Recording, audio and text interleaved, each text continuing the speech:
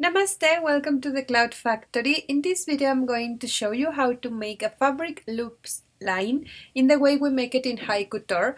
And for that I'm going to teach you also how to make a flat Dory, which is perfect for this kind of loops, since the normal Dory is fat and it will not allow your buttons to go inside the loop. For this you are going to need a very flexible one, so first of all let's see how to make our Dory.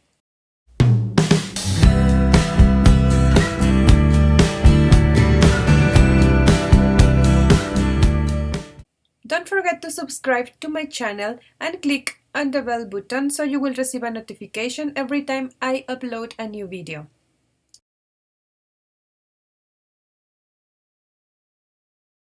Start cutting a strip of fabric on bias.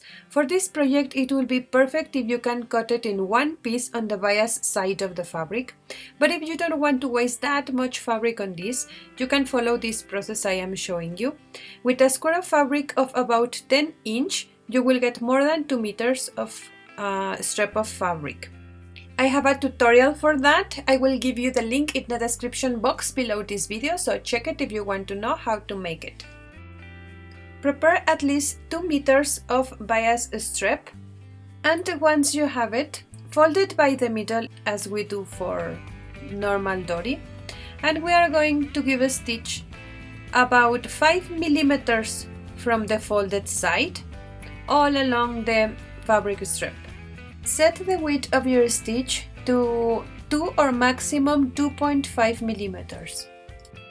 Now we are going to cut the excess of fabric here near of our stitch line in this side, because we want a flat Dory. If you remember, for regular Dory we do the opposite, we leave more fabric on this side, but in this case, since we want a flat Dory, we don't want to have any fabric to go inside of it. Leave about 1 or 2 millimeters after the stitch line, like this, and once you cut the excess of that seam, also cut the excess of fabric on the seams you will find in your Dory if you cut it in the same way I did.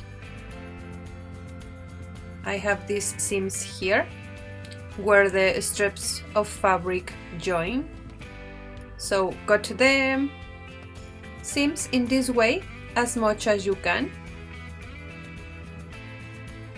in both sides of the seam. Obviously be careful to don't cut the thread inside, so your Dory will not open or break in those parts. You have to get these small seams and do the same in every seam you find on your Dory. Once you do that, prepare a big, really big needle, the biggest you can find, with thread. Make a knot at the end of the thread, and then introduce the needle in your Dory like that and take it out about 1 centimeter from the border and leave about 10 centimeters of thread outside. Now pass the needle between the two threads like this, keep it there and make another knot in this way to get this loop like this. Now introduce the eye part of the needle in the Dory, and in this way we are going to turn it to the right side. You can help the tip with a scissors or something at the beginning, so it will be easier to fold it out.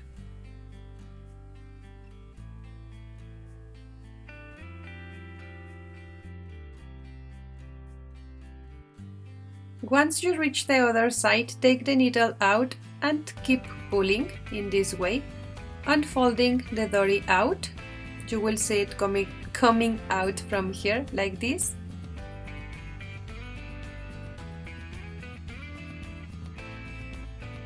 Now we are going to press it well, press it flat, and there we have it. As you can see, here is flat and is flexible, which is perfect for our fabric loops. And at the end, my flat Dory is less than ½ centimeter width. Once you have the perfect Dory for your loops, you are going to need a piece of interface. This is about 2-inch width, and the length is as much as you want depending on the design of your garment. And the first thing I'm going to do is pin my Dory in this way vertically. Then I'm going to fold it, forming my first loop, and I'm going to pin this side also. Then fold it up again to form the second loop. Pin every side of the Dory when making your loops, and be careful to fold exactly the same size at the top. If you want, you can draw a line as a guide.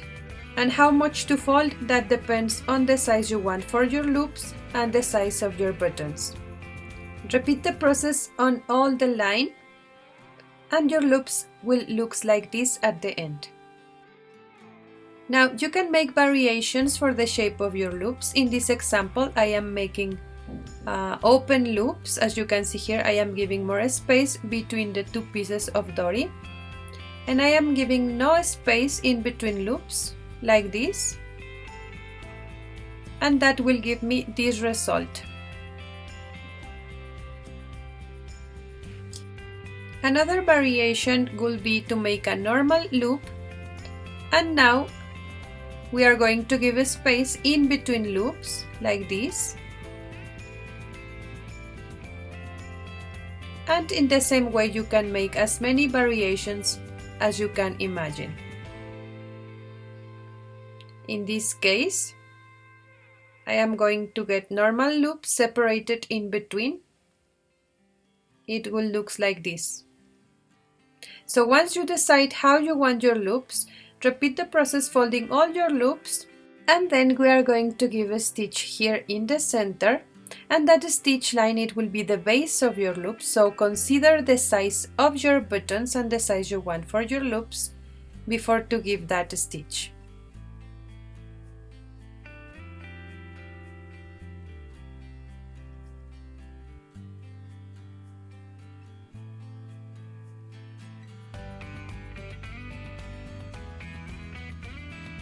Once you have it, remove the pins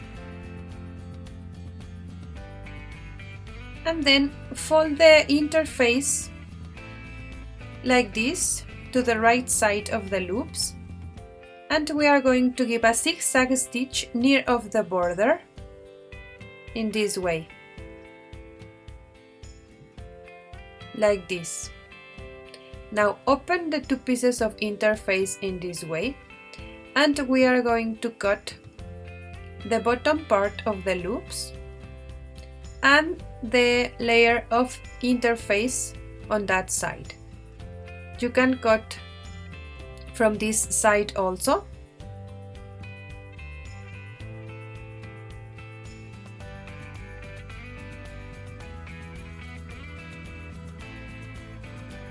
And there you have it, your fabric loops line is ready to attach to your garment. Don't miss my next videos, because I'm going to show you how to make the perfect buttons for this, and also I'm going to show you how to attach this fabric loops line to a garment.